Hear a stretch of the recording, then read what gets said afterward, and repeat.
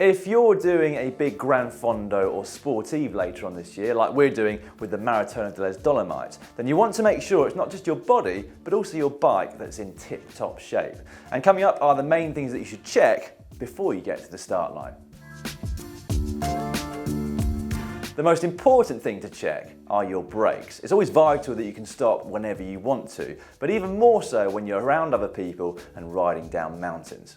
First up, have a good inspection of the brake blocks themselves and make sure that they're not worn down too much. You'd be surprised at just how much you can get through a wet descent or two going down mountains and hairpins. Some manufacturers do print a minimum wear line on the block, so make sure that you're well above that. Also, make sure that there's nothing lodged into the compound itself. Sometimes you can get grit or even glass in there, which can wear down your rim surface. And finally, make sure you've got the correct blocks for the wheels that you're using. So for example, carbon wheels often need a special compound, and some manufacturers of rims even recommend only using their own specific brake blocks.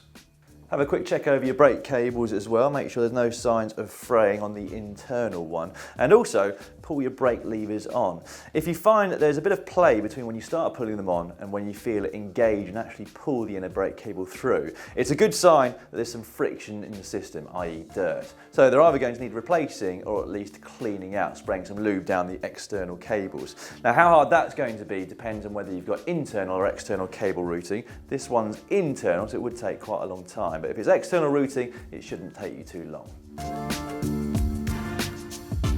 The next thing that I tend to check are that the gears are in good working order. So put your bike onto a bike stand if you've got one. If you haven't, you might want to check the hashtag GCN hack on various forms of social media, because there are some ingenious solutions for getting your bike off the ground to check things like this. I then put it into the big ring and sequentially move the rear mech up and down the cassette to make sure it's moving into the gears correctly, and then do the same thing on the small ring. Now if you find it's moving down the cassette well but not back up the other way, that could be a sign again that there's some grit or dirt in the cables and need cleaning out or replacing. And I'll tell you that it's worth doing that before you head out to your event, because when you're suffering on a climb, the last thing that you want are your gears jumping about. Oh, and also, if you're lucky enough to have electronic gears such as SRAM eTap or Di2, charge the battery before you go. We have seen people on the start line without the ability to change gears. Have a look at your ratios as well. This is Si's bike and he's currently running a 53 by 39 tooth chain set. I would be personally swapping this out for a compact chain set if there are any mountains to be dealt with. And also you can check the rear cassette because you might want a bigger one there as well. And also a nice clean drivetrain that's well lubricated looks, sounds and feels so much better. So get your paintbrush and degreaser out before you go and make sure it's all nice and clean. Your tyres are your only point of contact with the ground, or at least hopefully that'll be the only point of contact with the ground. So it's really important that you are confident in their grip and that they're not at risk of blowing out on a descent. So check them for wear, and in particular the rear one if you're someone that uses your bike for indoor training on an indoor trainer where the roller sits against the rear tyre, because that can wear it down quite significantly.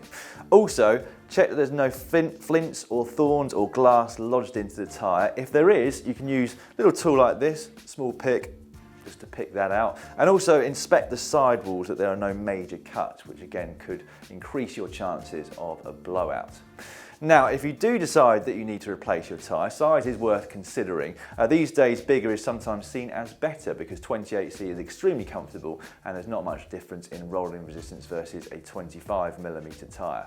Oh, and if you do decide that you're going to replace your tyres before the event, make sure you try and ride them in dry conditions a couple of times before you head out, because brand new tyres in the wet can be a little bit slippery.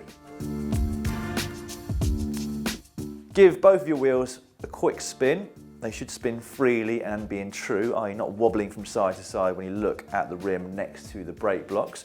Also, go through each of your spokes. They should all have a good amount of tension on them. It's also worth inspecting the rim surface here. If you find that you've been using your bike quite a lot in mucky conditions, you might find that it's been worn down somewhat. And if you can see that it's concave, that's a definite sign there's been plenty of wear there and the strength of the rim could well have been compromised.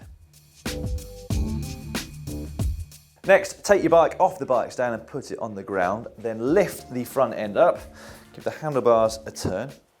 feel nice and free. If there's any friction there or if it's riveted around, you might need to replace the bearings. Then put it back down on the floor, hold your front brake on and rock the bike forwards and backwards. Now you shouldn't be able to hear any kind of knocking sound here or feel the headset move as you do it. If you can, then it's a good idea to tighten it up. And again, it's a pretty easy job to do, and we have got a video on the channel showing you exactly how.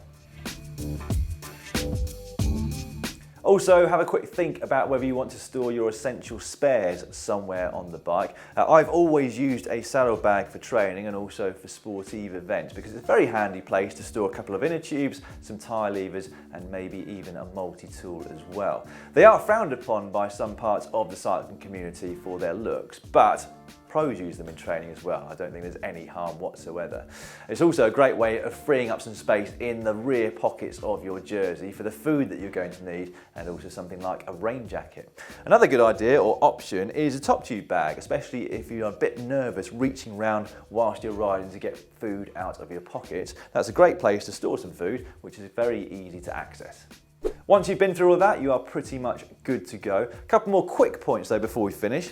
Bottle cages, always a good idea to have two. There may be regular feed zones on the route, but it's always better to have too much liquid than not enough. And also, if you use a head unit, make sure that that is fully charged as well. If you want to, you can load the route of your Sportive or Gran Fondo onto this. If it's well organised, you're unlikely to get lost, but it's always great to know exactly where you are and also what's coming up. Now, as I've mentioned a few times, we've got loads of maintenance videos on GCN which should help you through these basic maintenance tasks. So if you want to search the channel, just click on the very small magnifying glass on our YouTube homepage, or you can search on our website www.globalcyclingnetwork.com. Make sure you subscribe to the channel if you haven't already done so. It's free. All you've got to do is click on the globe. And coming up now are two more videos which you might find relevant. In the bottom corner just down here is how to index your gears, and in the other corner in the other direction is gear ratios explained. So if 53/39 was completely confusing to you, you might want to give that a watch.